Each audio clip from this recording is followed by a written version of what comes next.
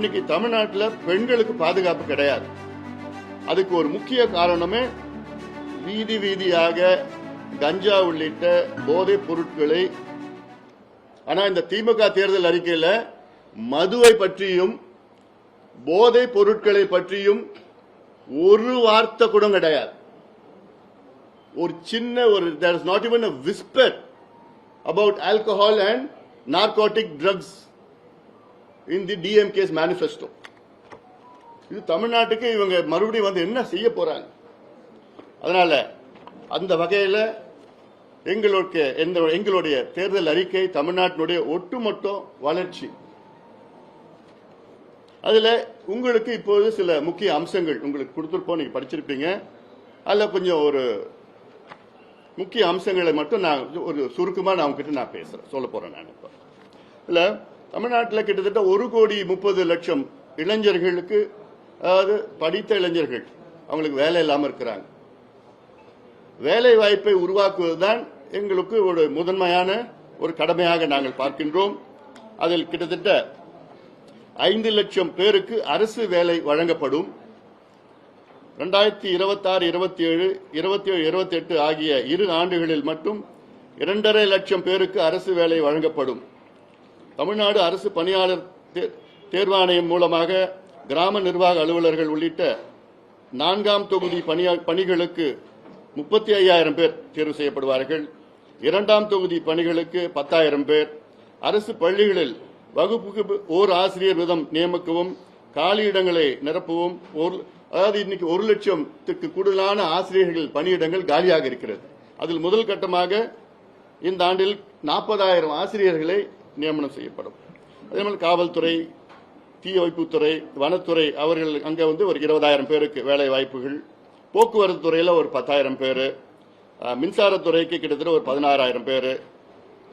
மருத்துவத்துறைக்கு கிட்டத்தட்ட ஒரு 7,000 பேர். அது மருத்துவர்கள், செவிலியர்கள், பணியாளர்கள் எல்லாம் சேர்த்து. அதே போன்று காவிரி பல்பொருள் அங்காடி பணி செய்கின்றவர்கள், அது ஒரு 30,000 பேர் கூடுதலாக. வேளாண் விளைபொருட்கள் கொள்முதல் வாரியத்திற்கு கிட்டத்தட்ட 12,000 பேர்.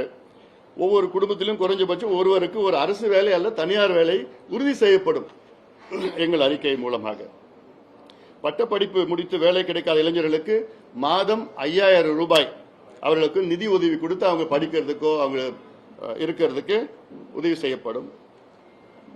மொத்தமா சொல்ல போனா பாட்டாளி மக்கள் கட்சி அறிக்கையில் 1 கோடி பேருக்கு வேலை வாய்ப்பு உருவாக்கப்படும்.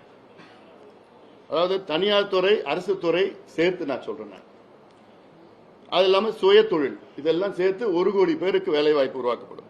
தனியார் துறை சுய வேலை வாய்ப்புகள் மூலம் அடுத்த 5 ஆண்டுகள் 1 கோடி பேருக்கு வேலை வாய்ப்பு.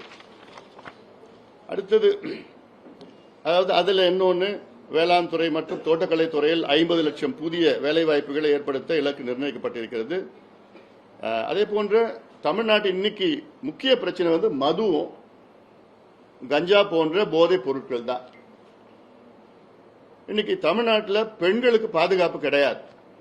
அதுக்கு ஒரு முக்கிய காரணமே வீதி வீதியாக கஞ்சா உள்ளிட்ட போதைப் பொருட்களை நகரத்தில் மட்டுமல்ல ஒவ்வொரு கிராமத்திலும் விற்றுக் கொண்டிருக்கின்றார்கள். அதை விற்பதற்கு ஒரு சூழலை உருவாக்கியிருக்கின்றார் முதலமைச்சர் ஸ்டாலின் அவர்களும் திமுகவும். இது எவ்வளோ நாங்க போராட்டம் செய்து ஆர்ப்பாட்டம் செய்து எத்தனையோ பிரச்சனைகளை கொண்டு வந்தோம், இன்னைக்கு வரைக்கும் நடவடிக்கை இல்லை. ஏதோ கஞ்சா 2.1, 3.1, 4.1 டிரைவ் பண்ணி அதில் ஒரு 5,000 பேர் பிடிப்பாங்க. அந்த 5,000 பேர் பிடிச்சி ஜெயிலில் போடுவாங்க. 10 நாள்ல வெளியில அவன் மறுபடியும் வித்துட்டு இருப்பாங்க. அது போலீஸுக்கு தெரியும், அரசுக்கு தெரியும், எல்லாத்துக்கும் தெரியும். ஆனா முதலமைச்சர் அதை பத்தி ஒரு பொருட்டா கூட கிடைக்கல. அதாவது தமிழ்நாட்டின் பெண்களுக்கு பாதுகாப்பு வழங்க முடியாத ஒரு முதலமைச்சர், அவரெல்லாம் ஒரு முதலமைச்சரா? அந்த பொறுப்புல இருக்கிறதுக்கு அவருக்கு தகுதி இருக்கா? இதுதானே உங்களுடைய முதன்மை கடமை. நீங்க உங்ககிட்ட நாங்க நெடுஞ்சாலை கட்டிட்டோம், ஐடி பார்க் கொண்டு வந்துட்டோம், சிப்காட் பண்ணிட்டோம், அந்த ஃபேக்டரி பண்ணிட்டோம், இதெல்லாம் பண்ணிட்டோம்ல. உங்க பெண்களுக்கு உங்களால பாதுகாப்பு வழங்க முடியலன்னா எதுக்கு உங்களுக்கு அந்த பொறுப்பை, எதுக்கு உங்களுக்கு பதவி?